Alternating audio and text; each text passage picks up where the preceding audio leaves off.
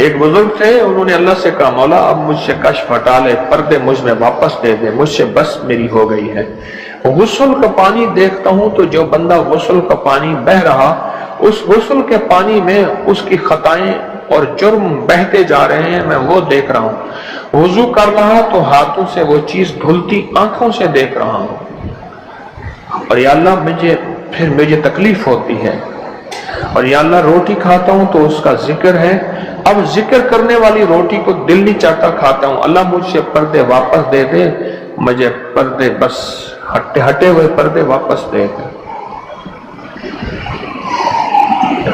چھٹا فائدہ یہ ہے کہ کشف کی صلاحیتیں اللہ اس کو عطا کریں گے، اور کشف دل کی دنیا کو جاننا، قبر کی دنیا کو جاننا، پرندوں کو بولیوں کو جاننا، پرندوں کی حرکات سکنات کو جاننا، پرندوں کی دنیا کو جاننا، جانوروں کی دنیا کو جاننا، جانوروں کے نظام کو جاننا، کیونکہ ہر پرندہ ہر جانور جو بولتا ہے وہ اللہ کا ذکر ہوتا ہے۔ فرشتہ شیر جو ہے حتیٰ کہ جو دھاڑتا ہے تو وہ بھی اللہ کا ذکر ہی کرتا ہے، یہ صلاحیتیں ملیں گی۔ اور ساتواں فائدہ اس کو یہ ہوگا، اللہ اسے اپنا دوست بنائے گا اور اس کا نام اس ویڈیو سدا کو لائک رہے اور گا، شیئر کریں۔ اب کریے اللہ اس کو دوست بنا لے گا۔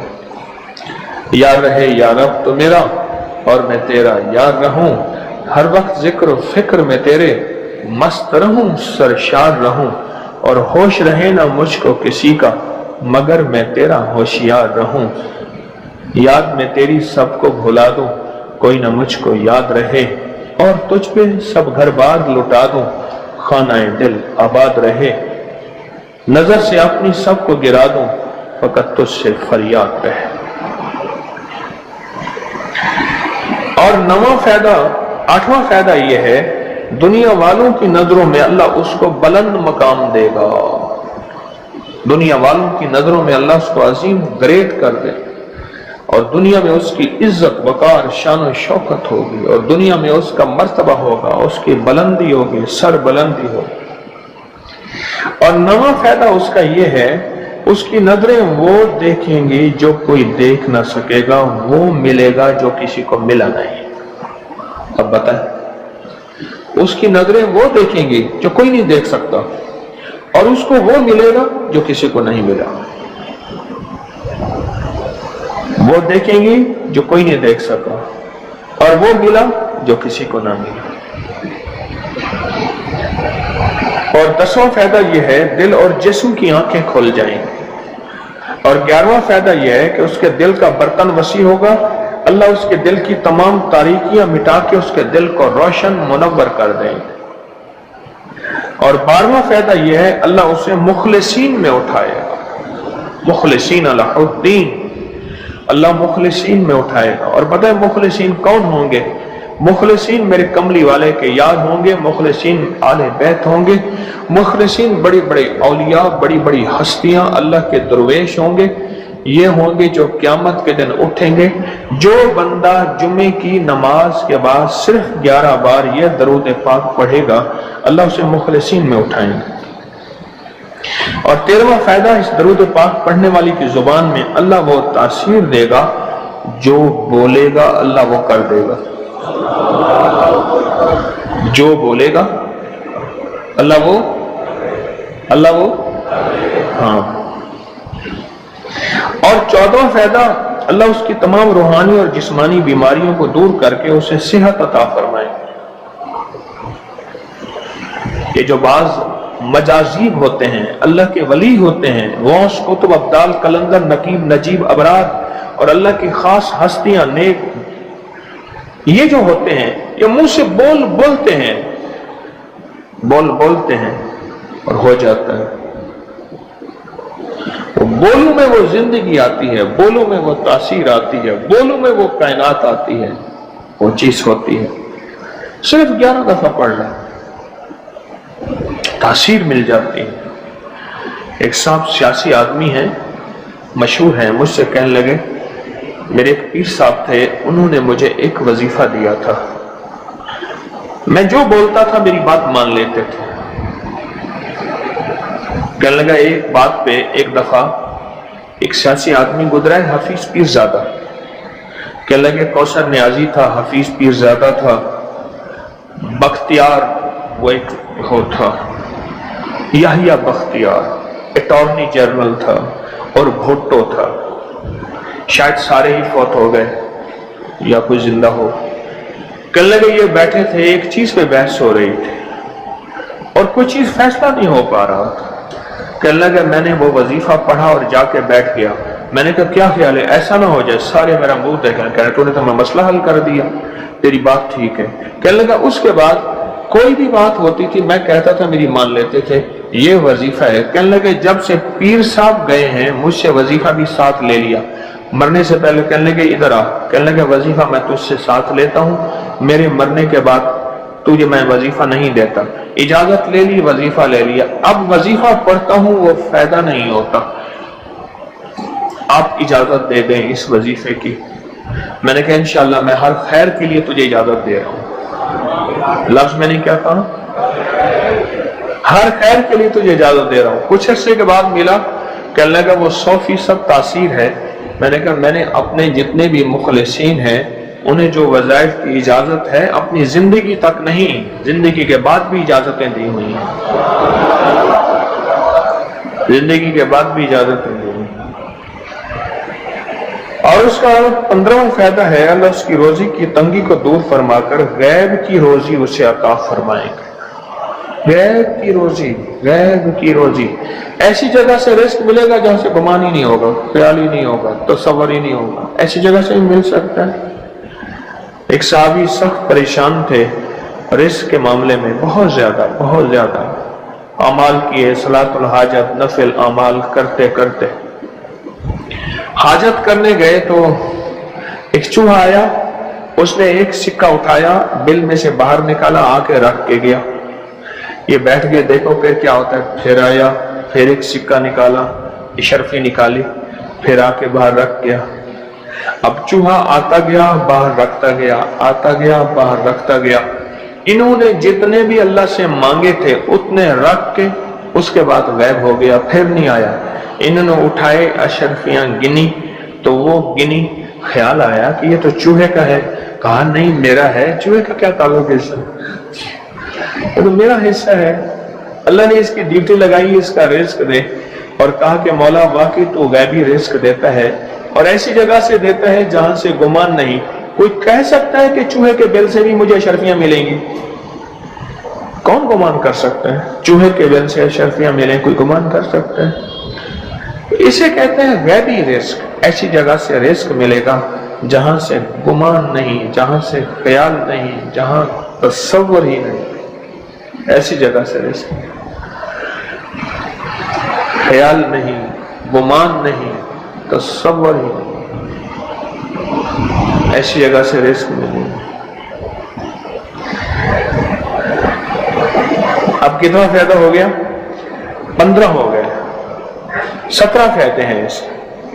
16واں فائدہ اس کا یہ ہے اللہ پاک اس درود کے پڑھنے والے کو ایسی نعمت عطا فرمائیں گے جو دنیا کے ولی قطب ابدال غوث قلندر بڑے بڑے اولیاء اس نعمت کو مانگتے آئے اور کوشش کرتے آئے، اللہ اس کو وہ نعمتیں عطا فرمائیں گے۔ اور ان میں سب سے بڑی نعمت ایک اور بھی ہے جہاں روحانیت، ولایت، تقوی، اللہ کا تعلق ہے، اور ایک نعمت یہ بھی ہے کہ اللہ اپنے ولی کو مرنے سے پہلے جنت میں اپنا مکان دکھا دیتا ہے، اور ایک نعمت یہ بھی ہے اللہ اپنے ولیوں کی نسلوں کو پالتا ہے جیسے گدی نشین درباروں کے مجاوروں کی نسلیں پل رہی ہیں۔ جتنی مہنگائیاں آ جائیں، جتنی دنیا آ جائے، جتنا کچھ آ جائے، انہیں کوئی نسلوں، ان کو کوئی پرواہ نہیں، کوئی مرے باویں جیویں مما والی ڈھول پتا سے پیوے، انہیں کوئی پرواہ نہیں۔ اللہ پاک اس کو وہ عطا فرمائیں گے جو بڑی بڑی ہستیوں کو ملا، اور یہ اللہ پاک اس حالت میں موت دیں گے کہ اللہ اس کے دل کو سیاہیاں ختم کر کے، گندگیاں ختم کر کے، حتیٰ کہ بری عادات اور تنہائیوں کے عیب، گناہ، بدبختی، شقاوت صاف کر کے اللہ پاک اسے اپنے پاس اس وقت تک نہیں بلائیں گے جب تک کہ یہ صفائیاں نہیں ہوں گی۔ اللہ اسے اپنے پاس اس حالت میں بلائیں گے کہ وہ پاک اور صاف اور نور اور روحانی اور نورانی ہوگا. اور اس کا آخری فائدہ یہ ہے، اس کی برکت سے اللہ رزق کے غیبی روحانی عطا فرمائیں گے اور جسمانی عطا فرمائیں گے. رزق کے غیبی روحانی اور جسمانی، بہت بڑی گہری بات ہے. ایسی جگہ عطا فرمائیں گے. اب وہ درود پاک سنیں اور مختصر تھا. کون سا درود پاک ہے؟ اللہم لک الحمد کما انت اہلہ فصلی علی محمد کما انت اہلہ وفعل بنا ما انت اہلہ فانک انت اہل التقوی واہل المغفرہ. آپ میرے ہر درس میں سنتے ہیں اور میرے خیال میں آپ کو یاد بھی ہو گیا ہوگا. اتنی دفعہ سنا ہے کہ یاد بھی ہو گیا. اتنی دفعہ سنا ہے کہ یاد بھی ہو گیا. یہ ہے صرف جمعے کی نماز کے بعد اس کو کتنی دفعہ پڑھنا ہے؟ اب میں پڑھتا ہوں، آپ گھڑی دیکھیں اس میں کتنے سیکنڈ لگتے ہیں. اللہم لک الحمد کما انت اہلہ فصلی علی محمد کما انت اہلہ وفعل بنا ما انت اہلہ فانک انت اہل التقوی واہل المغفرہ. 10 سیکنڈ لگے تو 11 دفعہ پڑھنے سے 110 سیکنڈ ہے. ایسے 101 منٹ 10 سیکنڈ 1 منٹ ایسے 2 منٹ. اب بولیں 2 منٹ. ہم عموماً کہتے ہیں بس 2 منٹ میں آیا. 2 منٹ 2 منٹ 2 منٹ 2 منٹ کہتے ہیں نا. ہم ہماری زبان میں ایک لفظ استعمال ہوتا ہے 2 منٹ. 2 منٹ کے اندر کام ہو گیا اللہ کی مہربانی سے. 2 منٹ. اب بولو اگر یہ کوئی بندہ صرف 2 منٹ کا یہ لفظ یاد کر لے اور جمعے کے بعد صرف 2 منٹ کے لیے بیٹھ کے اس کو 11 دفعہ پڑھ لے، کمال ہی کمال ہے. زندگی کے ہر نظام میں ناکام ہو چکا ہے شخص. باتیں میں کر رہا تھا، مجھے کہنے لگے ساری باتیں چھوڑ، سب کچھ میرے پاس ہے، کوئی ایسا نظام دے جس سے مجھے برکت کا کوئی ذرہ مل جائے اور مجھے برکت مل جائے. مجھے بڑے عرصے کے بعد احساس ہوا کہ برکت کچھ ہوتی ہے اور برکت کر کسی کو مل جائے اس کی نسلیں آباد اور شاد ہوتی ہیں. اور برکت اگر کسی کے گھر آ جائے تو اس کا مٹی سونا ہو جاتا ہے اور اس کے وارے نیارے ہو جاتے ہیں. برکت کہنے لگا چھوڑ ساری باتیں، مجھے کوئی برکت دے دے کہیں سے اور برکت مل جائے، میرا کام بن جائے.